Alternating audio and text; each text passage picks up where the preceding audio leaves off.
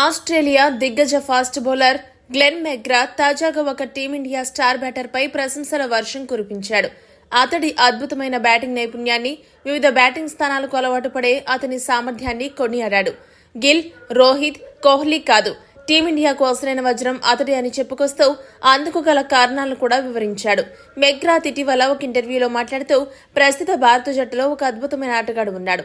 అతడిలో ఉన్న టాలెంట్ నేను ఈ మధ్య కాలంలో ఎవరి దగ్గర చూడలేదు. అలాంటి ఆటగాడు జట్టులో ఉంటే ఆ జట్టుకు అతిపెద్ద వరం. ఆటగాడే కేఎల్ రాహుల్. టీమిండియా తమ అవసరాలకు అనుగుణంగా రాహుల్ను తరచుగా బ్యాటింగ్ ఆర్డర్లో మార్చారు. నా అభిప్రాయం ప్రకారం అతను తన కెరీర్లో దాదాపు 11 స్థానాల్లోనూ బ్యాటింగ్ చేస్తాడేమో అనిపిస్తుంది. ఒక ఆటగాడికి స్థిరమైన స్థానం లేకపోతే ఈ నిరంతర మార్పులకు అలవాటు పడడం ఖచ్చితంగా చాలా కష్టంగా ఉంటుంది. కానీ రాహుల్ బహుముఖ ప్రజ్ఞాశాలి అనడంలో ఎటువంటి సందేహమూ లేదు. అతను కష్టతరమైన పరిస్థితుల్లో కూడా భారత్కు టాప్ స్కోరర్గా నిలిచాడు.